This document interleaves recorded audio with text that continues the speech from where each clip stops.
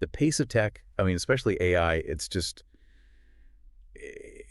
it's really something else right now. It feels like just days ago we were blown away by one thing and bam, something new pops up, pushing things even faster. So today we're doing a deep dive into the real cutting edge of AI for 3D model generation. We've got some great sources, looked at breakdowns from Vladimir Chopin, Geek at Play, and this really interesting ArcCF paper on a new framework. Our mission basically is to unpack how these tools make high-res 3D models from just a single image or even text. And, importantly, we're not talking about tools that just reconstruct things like 3D scanning. No, this is about AI generating brand new models. High resolution, surprisingly good quality. Yeah. Maybe a few quirks, too. Exactly. What we're really seeing here is, well, a fundamental shift, I think. Making complex 3D assets used to be such a huge hurdle, right? So much detail, so much manual work. These new AI tools are tackling those old problems head on. It's opening up things that honestly seemed pretty far-fetched not long ago. Okay, so you mentioned a shift, maybe even a revolution. What's the most, obvious leap in quality compared to just a few months back? Where's the wow factor? It really comes down to the resolution and the fidelity, especially on complex stuff like faces and hands. AI used to really struggle with those details, but now, well, take Sparc3D. This was introduced in a 2025 RCIF paper. It's specifically built for super high-resolution 3D shapes. We're talking up to 10,024 cubed. That's impressive. 10,024 cubed. Wow. How does it manage that? So its core innovation is something they call Sparcubes. Think of them like intelligent building blocks. They take the raw, sometimes messy 3D data and sort of intelligently stitch it together into perfect, solid, watertight models. Watertight. Why does that matter so much? It means the models are basically ready to go. For manufacturing, 3D printing, precise simulations, you don't need hours of manual fixing first. It's a huge deal for workflow. And they have the specialized network, the Sparconv-VAE, that makes sure all that incredible detail is preserved during the process. Okay, that sounds incredibly powerful. But high-res usually means high demand, right? Is Sparc3D something regular folks could actually use? Is it, accessible, especially being open source? That's actually one of the most exciting parts. Yes, it is open source up on GitHub, and surprisingly, it's pretty efficient. Often needs only about 8 gigs of VRAM, even for those high-res meshes. Only 8 GB. That's much lower than I'd expect. Right, and there are even free online generators you can play with. Okay. Yeah. But you mentioned geometry and topology. Sparc3D nails that. What about the look? The textures?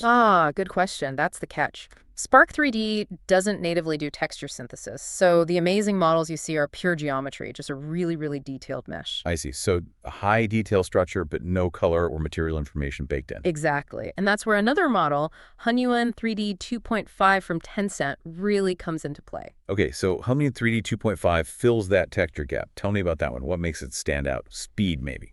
Speed is definitely a big one. Hunyuan 3D 2.5, released just April 2025, is incredibly fast. We're talking generating models often with textures in 8 to 20 seconds. It's kind of mind-blowing. 8 seconds, wow. And textures too, how good are they? Exactly. Whereas Hunyuan 3D 2.5, being so fast and having those PBR textures is maybe better suited for things like gaming or VR environments. Quick iteration, good visuals. And are people already, Yeah. mixing and matching? Oh, yeah. The community's already experimenting, taking those amazing Sparc3D meshes and applying Hunyuan's textures, trying to get the best of both, basically. That makes sense.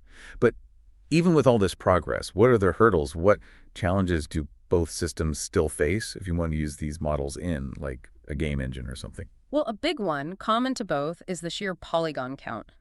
These high-res models often have millions of triangles. Way too many for real time, usually. Precisely. So you typically need a post-processing step like retopology or decimation to reduce that complexity before you can really use them in games or VR efficiently. Okay, so there's still a workflow step needed there. Yeah. Any other shared quirks? Yeah, remember that funny example where an AI drew a hammer with 2 handles? Because the picture it learned from was maybe ambiguous? Oh yeah, I remember that.